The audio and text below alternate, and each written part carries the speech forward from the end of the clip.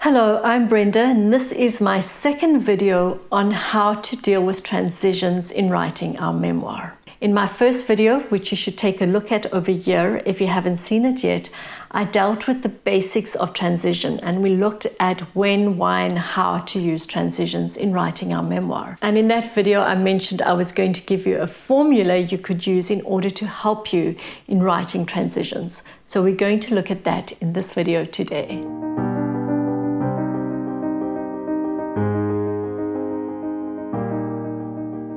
I know all about the challenge of transitions when I wrote my memoir, When God Says No.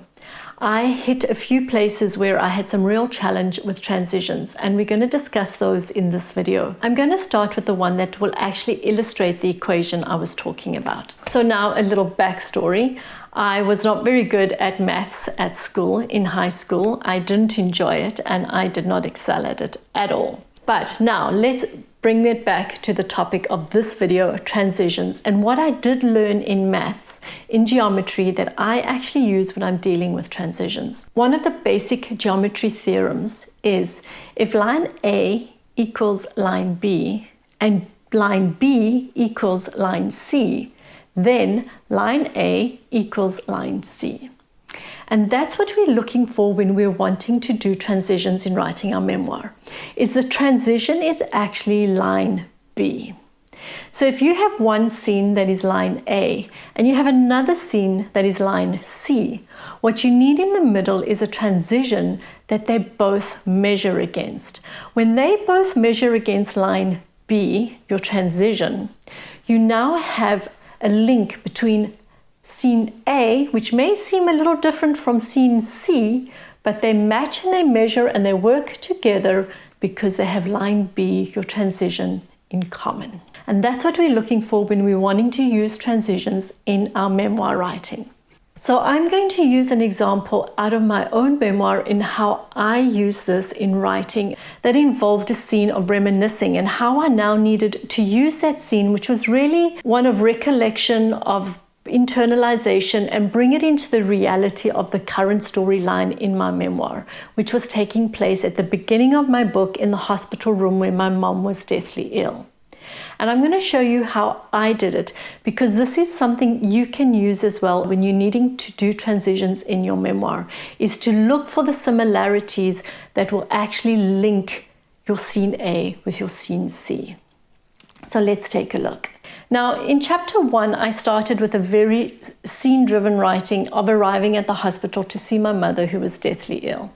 Chapter 2, I now take a break from the intensity of that and I actually introduce some flashback, but I do it in a way where I introduce my mother, I introduce myself, I explain what our relationship was, who we were to each other, how close we were, and I use my own recollections and my thoughts and my memories in order to do that. And in working through that recollection and drawing out that theme, I build the story and I pick up on the theme of dreams. I talk about the dreams my mother had for us when I was growing up as a young girl, that she had dreams that I would stay home, put in my hometown, raise a family there, and come visit her the way she visited her mother with grandkids in tow. And yet I wasn't that person. I became somebody different, and she released me to be who I was, and I went off pursuing dreams of my own.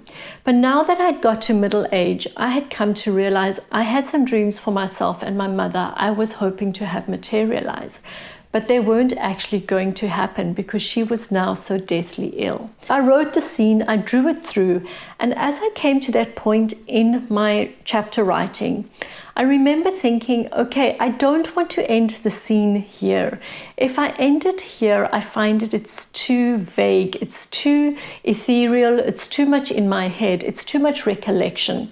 I want to ground it back in the hospital and finish the chapter in the hospital. It's a way I can transition from what's in my head, what's in my memories, to the actual real situation that the current timeline of my memoir runs with. And how was I going to do that? How was I going to go to the cold, stark reality from these warm musings? And let's look at it. So, if we look at my material, I've now given you an abridged version. I start with the point that now I was middle-aged. I had dreams for mom and me. We would enjoy time together like before. And then I use the transition, but now. So there are the transition words, but now. So now I'm already alerting the reader to the fact that we're changing. But now, in this hospital room, my dreams for us, like so many of her dreams had, withered and slowly died with each of Mom's labored breaths. Because I'd been talking about dreams in the scenes before, I knew that I had to use dreams in order to transition from my musings, from my recollections, to the cold, stark reality of the hospital room by using the transition term, the transition words, but now. Telling us now that we're in the hospital room, that the dreams are evaporating. I'm drawing through that line A, which is the dreams, with line C, the hospital room, by using this line that holds both of them in it. Do you see that? That is your line B. Your line B has something in it that measures to line A, the scene before, and it has something in it that measures to line C, the scene that comes afterwards. And that is the equation you use when you're wanting to tie scenes together. Find a thread in scene A or line A, draw it into your transition sentence, which is line B.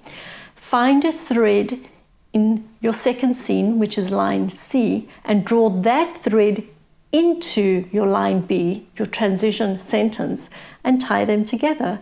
Now you have a strong transition that takes you from one step to the other, takes you from dreams and musings to the cold, stark reality of the hospital room. Okay? Now I'm going to show you something that will really also solidify it.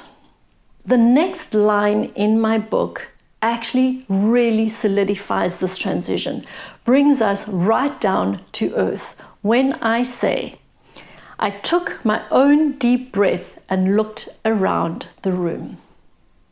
That is using a repetition as a form of transition, where you take a word from the previous sentence, preferably the end of the sentence, but it doesn't have to be, and you use it in the beginning of the next sentence. And when you use that device, this repetition device, you really strongly ground the reader where you want them to be, because that is the whole point of our transitions, is to create the seamless, smooth experience for our reader, to create organizational structure to our book, and to develop our plot, to give clarity and to tell the reader where we are.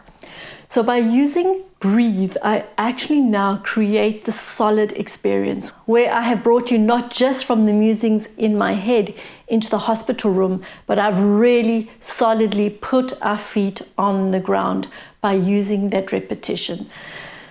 I breathe in and I look around the hospital room. We are now solidly back there.